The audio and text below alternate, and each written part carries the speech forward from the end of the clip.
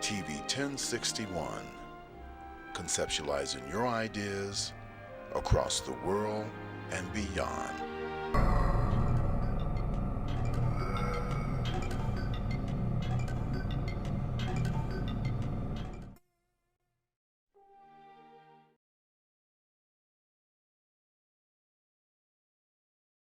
Good afternoon. I'm Lieutenant Elmer Horn with Douglas County Sheriff's Office, and we're here at one of our communities, and Sheriff Pounds is here with us. And Sheriff Pounds is very involved in his communities, and he come out.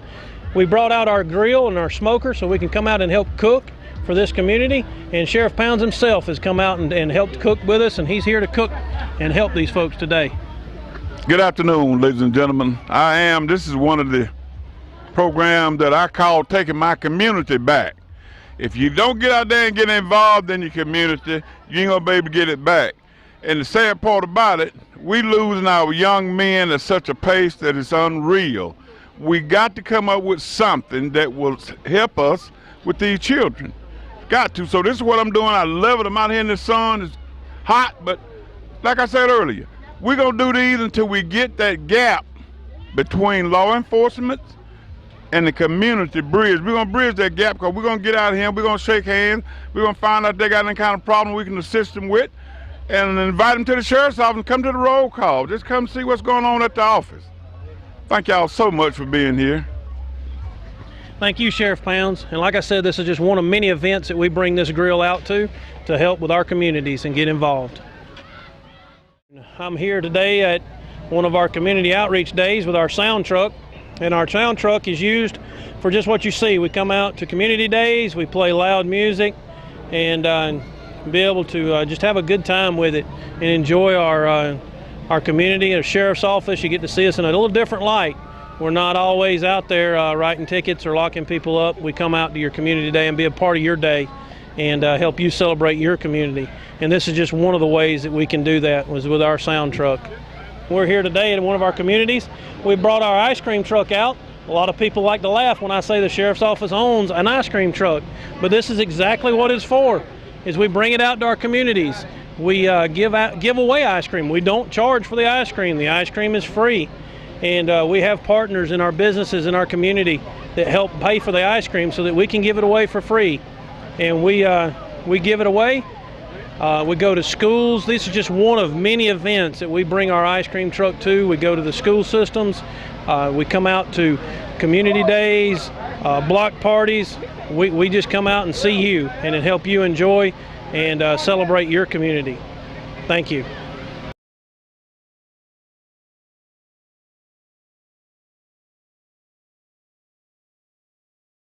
Hi, my name is Dynasty.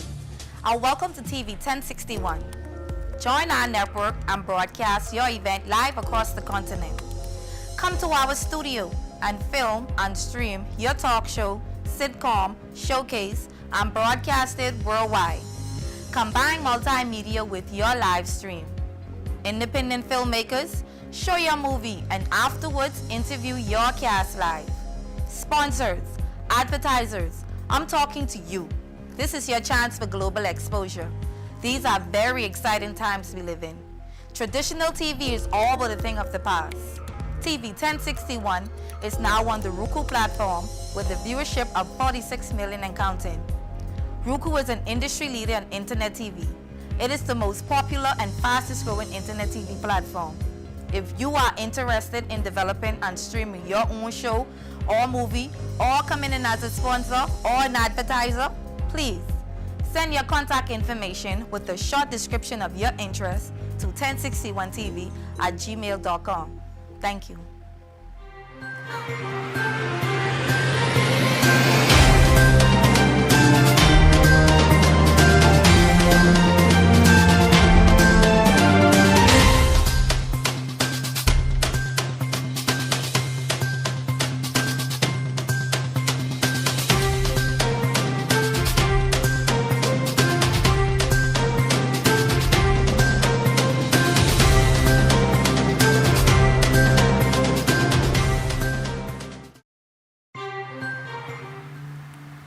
Hello everyone, welcome to Your Real Estate Tea, where we teach you so you can become educated to achieve.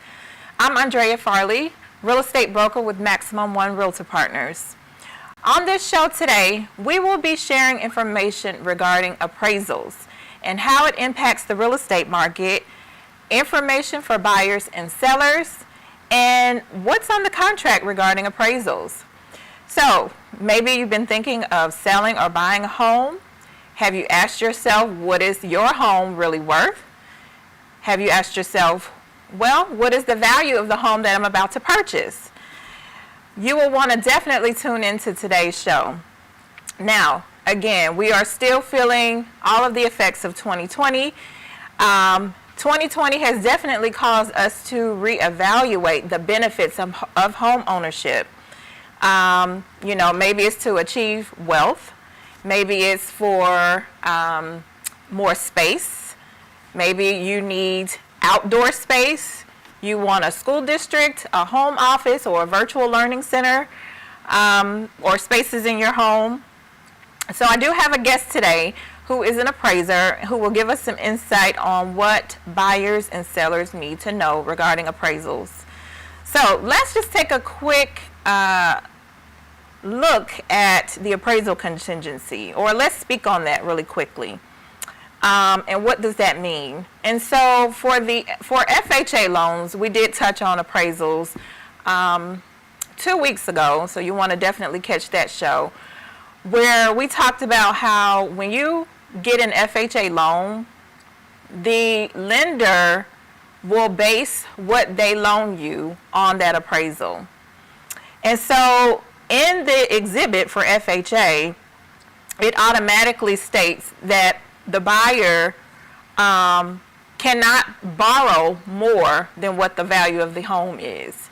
And so if you do find yourself in a scenario where the home appraises for more than what you guys have agreed upon for your sales price, it's automatically in that contract. Either the seller has to agree to reduce it, or you can come up with that difference. But again, that money will not come from the lender.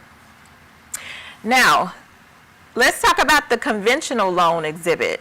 And that has an appraisal contingency in there as well.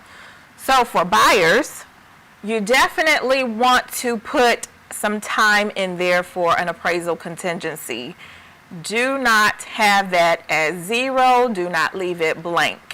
Okay, that definitely will put you at a disadvantage, because if you leave it blank or put zero, there is a high probability that you will be stuck paying for a home that maybe, you may not be able to afford. So it just puts you in a really tight position. If the home appraises for less than the sales price, and there could be a $10,000 difference, because guess what, guys? What are the trends that you're seeing right now? Home prices are going way up. And so a lot of times sellers are overpricing their homes based on the market value. Well, hopefully your agent is looking at what the market value truly is. And so if you don't have yourself covered for that appraisal contingency, you could lose out on the deal, or you could end up having to pay a whole lot more money than you anticipated. So today, let's have some questions answered. I have a guest today. His name is Gordia Ammons with MBA Appraisals Incorporated. And so, Gordia, I want to welcome you to the show. Thank you very much. How are you? I'm doing well. How are you? Just fine. Awesome. Well, thank you again so much for taking time to join us today. And so I want to just start by asking you, how long have you been appraising? Well, officially it'll be 22 years next month. Okay. My background, I started out as a paramedic and was going to do this as a part-time business and fell in love with it. Oh, wow. Okay. Wow. So what do you most like about being an appraiser?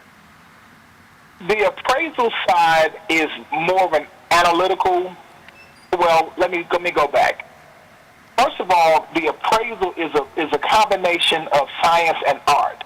The art is the analysis, and the science is the analysis, and the art is the picture we paint for the lenders, for the buyers, and the sellers. So we take a combination of the data and put together a picture that will explain to the homeowner or the lender what their property is worth and why, in our opinion. Okay. Okay. Awesome. Awesome. Well, I know that you definitely have a love and a passion for what you do when you can relate it to art, because at least for me, in my opinion, I kind of do the same thing. And so let me ask you this, Gordia. Are you a licensed appraiser? Or are you certified? Which criteria do you fall under? I hold a certified general license with the state. Okay. A certified general appraisal is the highest level given out nationally. Okay. And I appraise both commercial and residential property. Okay. Excellent. Okay. That is awesome. Now, do you have any designations? No, I don't. I'm not a designated MAI or SRA or an IFA. Okay.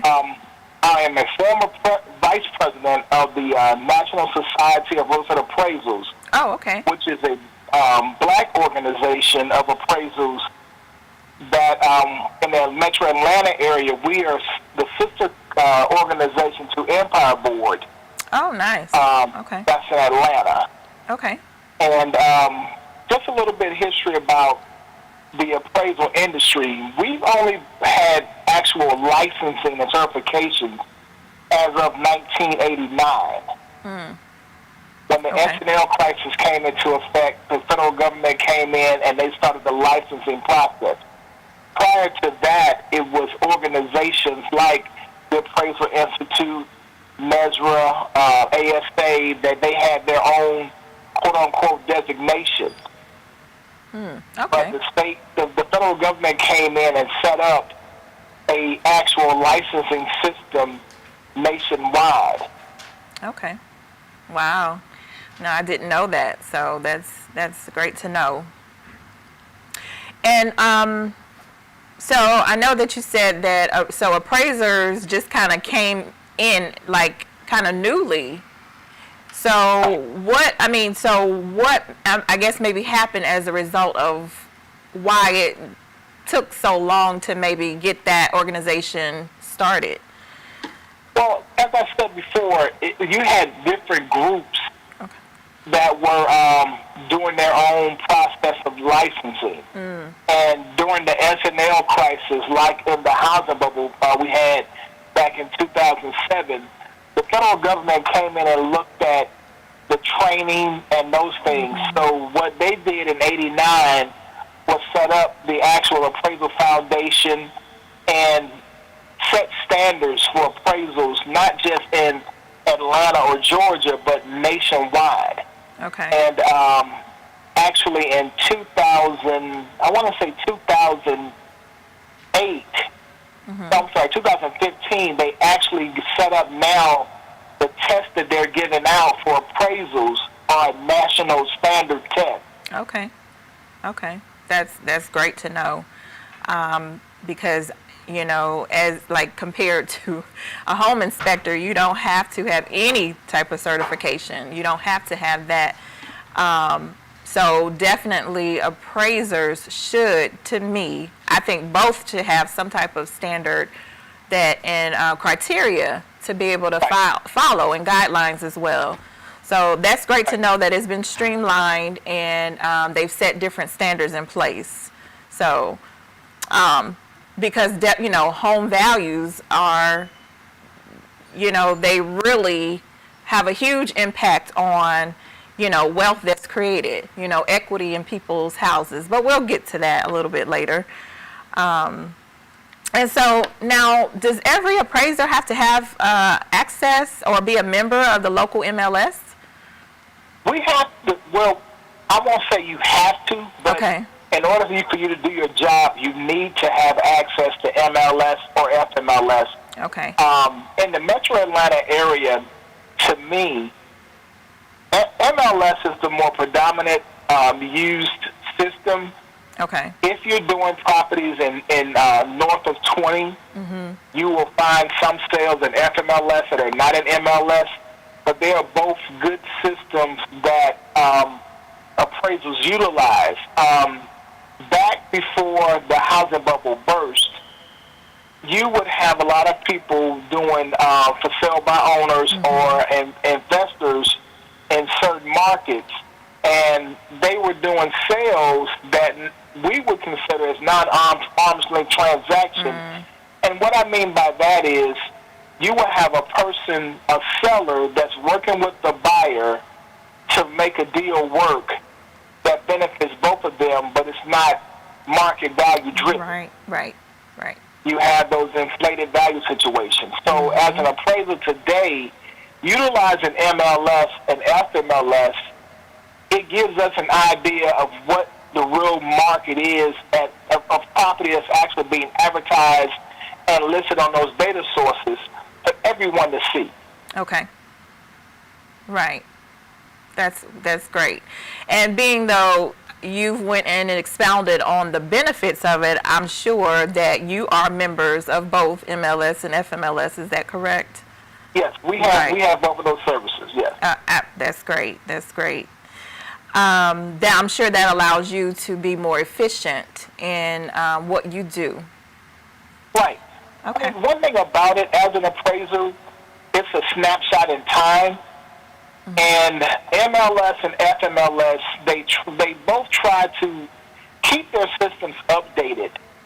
So as sales come in, we will get a chance to see those sales.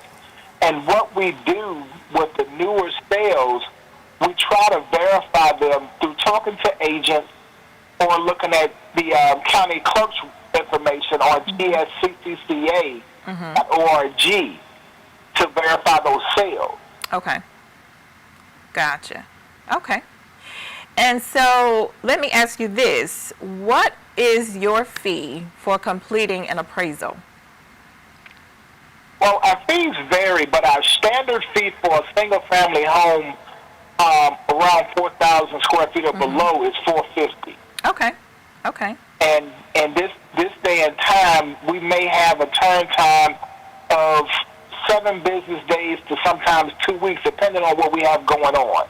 Okay. As you stated earlier, this is a very busy time, and COVID has put a spin on how we do our research and even some of our appraisals.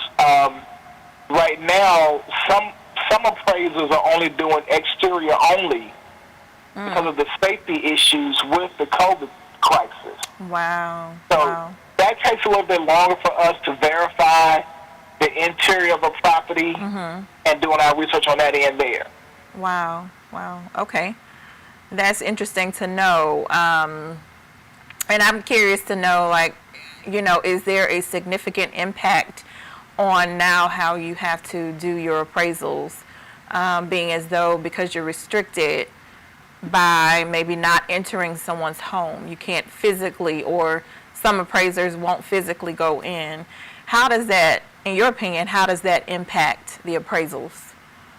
For me, well, like I said, I used to be a paramedic, so I'm used to what we call scene safety. And wearing the mask and gloves, I'm used to that as a medic. Right. Unfortunately, I did contract COVID, but it wasn't from a work-related situation. It was actually being around families. So what an appraiser will do now, we will contact the homeowner or the agent and let them know when we come to the property. We let them know that we have no symptoms at this time of COVID, and we ask them the same questions. Okay. We would like, if possible, the house to be empty or as little, the less amount of people in the house as possible to avoid exposure. Right. One thing that I would say for me, I don't spend as much time in a property when someone is there as I normally would. Okay. Because of this exposure situation, just being precautionary for both parties. Right. Makes sense. Okay. Well, we are going to take a brief intermission and we will be right back. So stay tuned for more questions and answers from a certified home appraiser.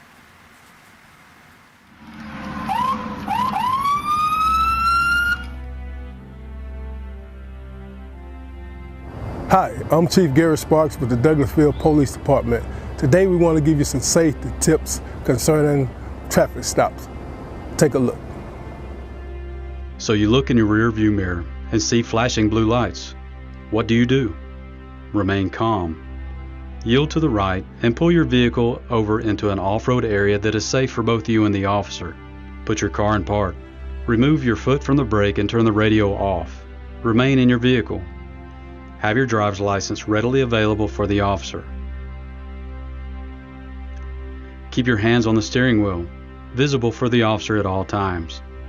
If you need to retrieve any items from the interior, explain what you're reaching for to the officer and avoid any sudden movements.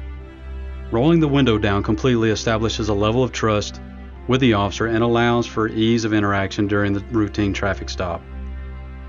Be courteous and polite. Be cooperative and willing to follow the officer's instructions. During a routine traffic stop, the officer will return to his vehicle to run the tag and driver's license verification and complete a citation if one is necessary. Once the officer returns and approaches your vehicle, whether or not a citation or warning is issued, please remain calm, courteous, and cooperative. Sign the citation acknowledging you agree to appear in court, and do not dispute the citation with the officer. The officer will give you a court date to explain or defend your infraction. Okay, ma'am. Like I told you, I did clock you at 51 in a 35 mile per hour speed zone. I did issue a citation, okay?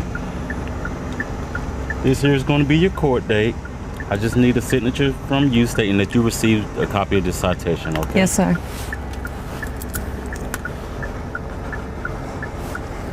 Thank you. All right. Here's your driver license. Thank you. Along with a copy of the citation, okay? Do you have any questions or concerns for me? No, sir. Okay, well, you have a nice day, okay? Thank you. Thank you. Following these few simple steps will help ensure a safe interaction for both you and the officer. I hope these few tips help you as it relates to dealing with law enforcement and traffic stops. Not only in traffic stops, but in all encounters with law enforcement. We hope that all our encounters are safe for the citizens as well as for our officers. Again, we want you to be safe, and if you have any problems with the Douglasville Police Department, don't hesitate to give us a call and make your concerns known. I would add that Georgia is a right to carry state, and we hope that if you are carrying, that on these traffic stops and all encounters, please let the officer know that you are carrying. This will ensure your safety and our officers' safety. Thank you, may God bless you, and may God keep our community safe. We are one.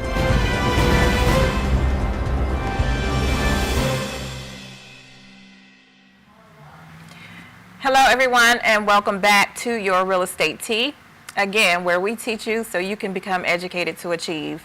So we're going to continue our question and answers with Gordia. He is a certified appraiser. And so, Gordia, what can a homeowner do or a seller to assist the appraiser with the appraisal? Okay, that's a good question. Like I said, with everything going on with COVID, if a seller or a homeowner can provide a list when we come to the property of renovations, under the appraisal guidelines and doing FHA, conventional, or a VA, we're required to note renovation. And if a homeowner can provide us with the list of those renovations and the time in which those renovations were done, we can note those in the appraisal report. Okay. Now, one thing about renovations, people need to understand, especially in this current market, the cost of renovations, you're not going to get a dollar per dollar valuation. It's based upon our analysis of the data whether or not what kind of value you receive for those upgrades. Okay. And sometimes people will tend to do things that they like, but the average buyer may not like. Yep, that happens a lot. Yeah. Prime example, having a pool. Some people will love a pool, and some people will be like, no, the liability is not for me. So, those things there. And as an appraiser, we don't look at the emotional side of things. We look at the actual numbers of things. And that's when we have our little gray areas when we're dealing with people, because they may do a beautiful renovation or an addition, and because that addition is special to them, they may feel that it's worth X amount of dollars more than what we feel. Right. But as an appraiser, we can't look at the emotional side. We look at the factors as far as what someone will pay for, what you do with your property. Gotcha. Okay. And just to kind of piggyback off of that, I know a lot of people, homeowners, we're emotional people, especially when it comes to a home. And so let me ask you this, Gordia, what are some renovations that homeowners do that actually have a true impact on the value? Well, of course, upgrading the kitchen and bathrooms, that's a plus. Okay.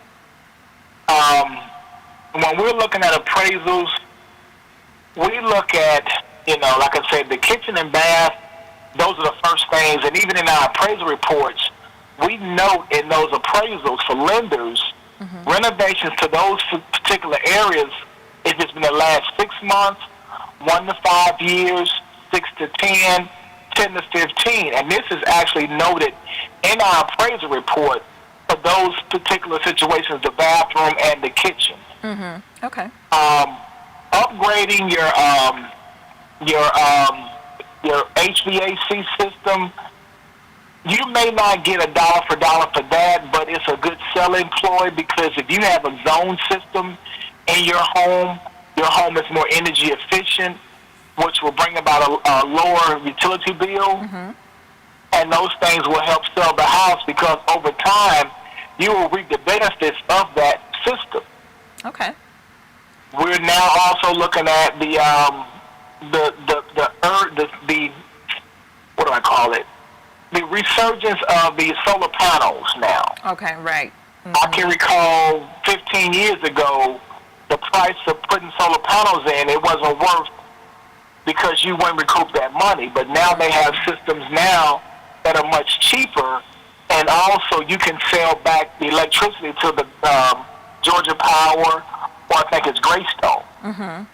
So those things help a homeowner out, as well as a good selling ploy. Okay. Well, you guys, definitely take note. Swimming pools are probably not going to increase your equity, or home value, rather, because there is a cost to maintaining that pool. But as Gordia mentioned, definitely kitchens and bathrooms. Those are typically the sellers of a home anyway. And so, Gordia, what? Go ahead.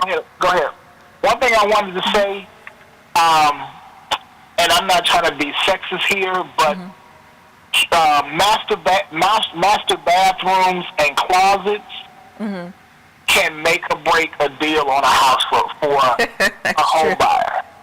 That is very true. Absolutely.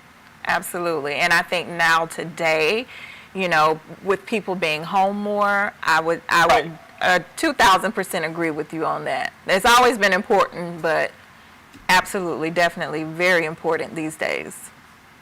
And so, what do you consider, or let me ask you this, how do you come up with your valuation? What do you look for to get the home's value? Okay, what we typically do, let's go from the beginning process. We get the order comes in from our lender, our client. We would do a preliminary search for comparables. Okay. Based upon like with the purchase deal, we can go on MLS and look at what agents have placed on MLS, including interior photos of a property. Okay. To give us an idea of that house condition. Mm-hmm. And once we come to the property, what we do with MBA Appraisal Services, we do an interior inspection first. Okay. We don't like to track dirt or mud into someone's home. Okay. So we do an interior inspection first. I try to have the homeowners just sit back and relax so I can walk the house like I normally do. What I call is triaging the house. Like I said, I used to be a medic. Right. And when I triage it, I have a system where I walk directly through your house and I take about 60 pictures of your house. Now, with that being said, we are different than a home inspector. Right. A home inspector does a more thorough investigation of your property. Mm-hmm. When it comes to the electrical, the heating and air, the plumbing, the whole 9 yards. We do what's called a readily observable item inspection. Okay. We look at the things in your house. Now, on an FHA or VA, we will check your HVAC system depending on the temperature. If it's 30 degrees outside, I'm not cutting your AC on. Mm-hmm. If it's 80 degrees outside, I'm not cutting your heater on. But I'm going to check to make sure your lights are working. I'm going to check to make sure your water is on and you have adequate pressure. But we are not on the same level as a home inspector.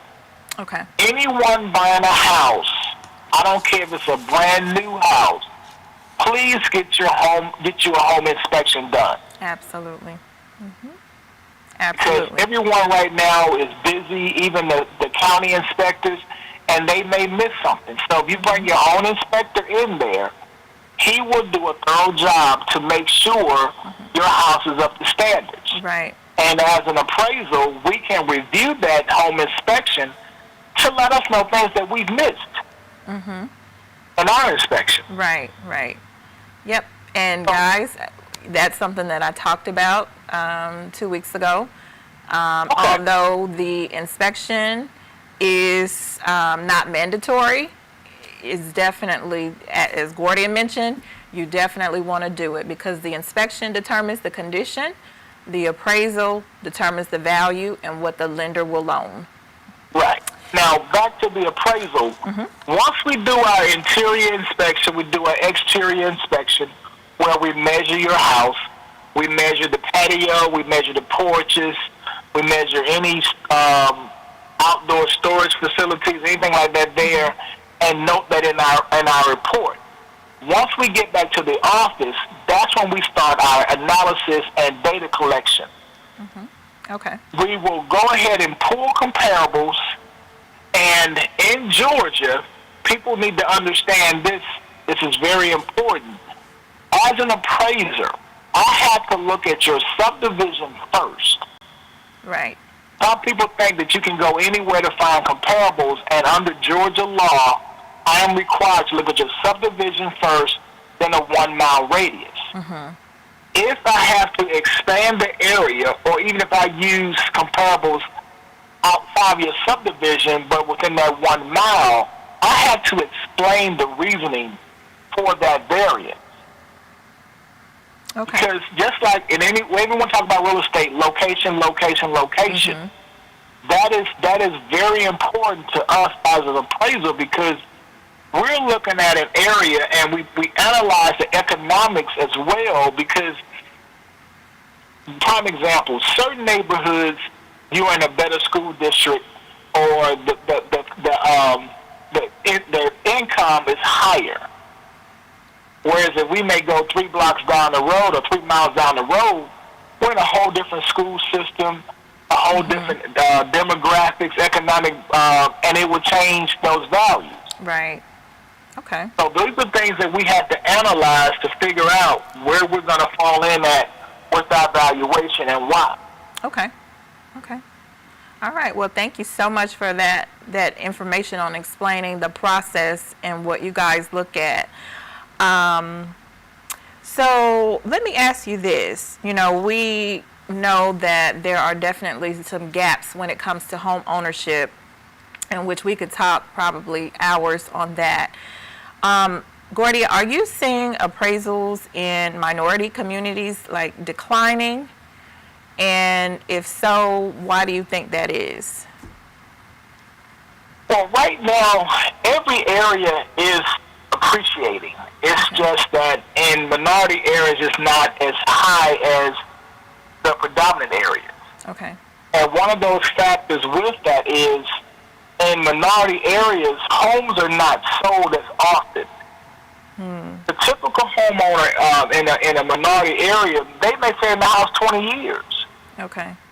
So if you don't have that many sales, you're not going to have that rapid appreciation. Where you're in an area where you're having sales every 5 to 7 years, people are moving up and upgrading. Okay.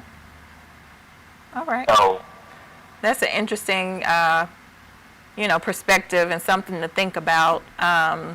Again, we could delve into a whole different topic regarding that. But I'm glad to come back anytime. Absolutely. We'll definitely have to come back. And so, guys, that will be all for today for our questions and answers regarding appraisals. And I was thinking maybe there was one more question I wanted to ask, but we could save that for later. So, guys, if you do have any questions, something that you want clarity on, something we didn't go over, please definitely email me at afarleyrealtor@gmail.com. And if you want to donate to this show, Your Real Estate Tea, the Cash App is $DREADAY511. And so let's go over the live streams on this station on TV 1061. On Tuesdays at 12:30, it is Your Real Estate Tea. Wednesdays at 8 p.m. is the Flavor. At 9:30 p.m. on Wednesday is the Playlist. On Friday at 7 p.m. is the Life Lounge. Saturday at 3:30 is the Conversation. Saturday at 5 p.m. is the Bedroom Chronicles. And Sunday at 4:30 is the Talk Show Divas. So the executive producer is Felix Washington, and the social media director is Shantae Barksdale. The Cash App for TV 1061 is $TV 1061. I want to thank you so much for joining us today. Have a blessed day, everyone.